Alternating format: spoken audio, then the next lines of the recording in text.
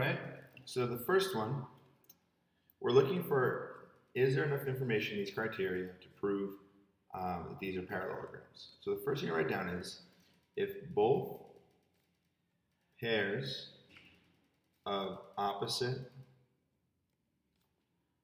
sides are parallel,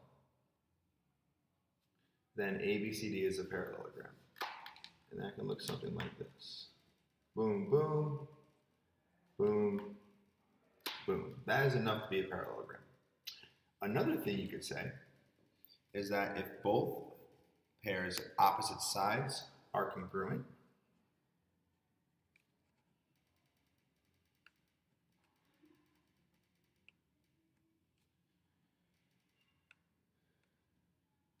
then you're also a parallelogram automatically. That is actually enough.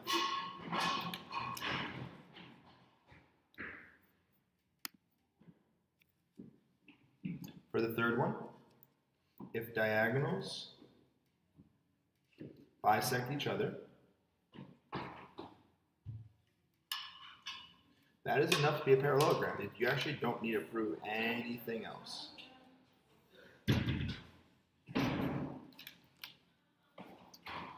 Two more.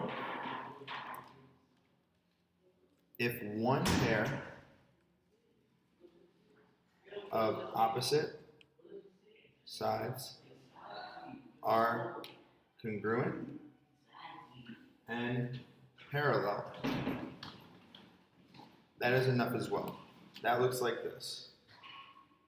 So let's say this is marked and this is marked. That would be sufficient. Finally,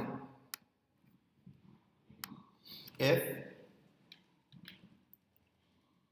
both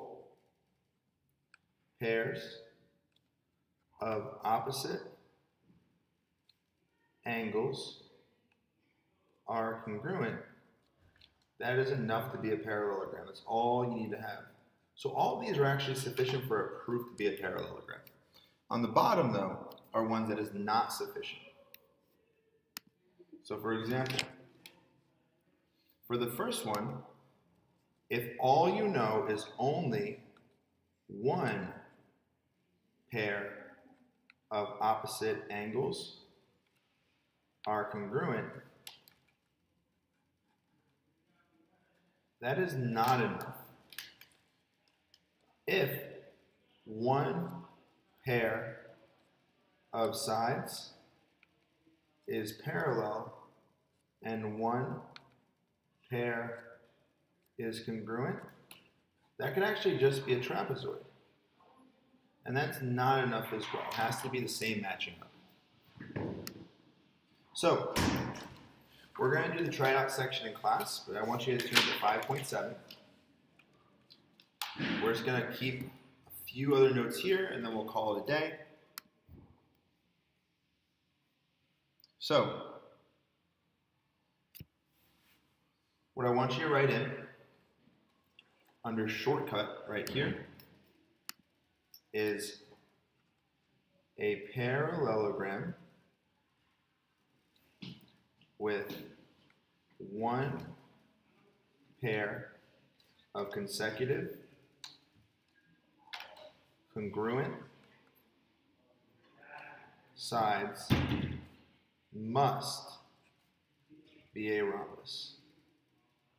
That's all you need to add in. In class, we're going to go over this part in detail.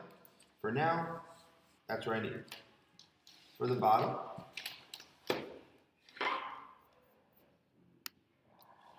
if you want to show that a parallelogram is a rectangle, at least one right angle.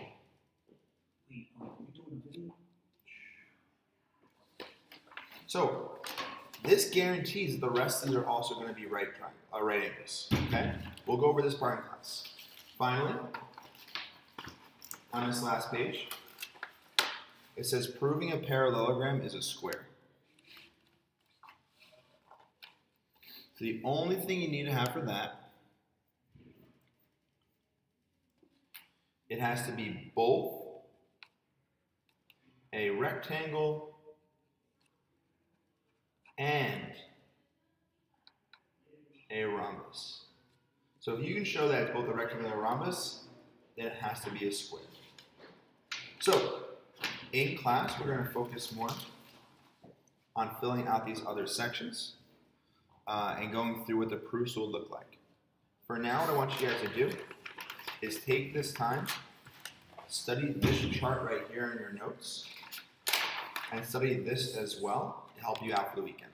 Again, your quiz is going to be on Monday. Have a great day, Mr. C.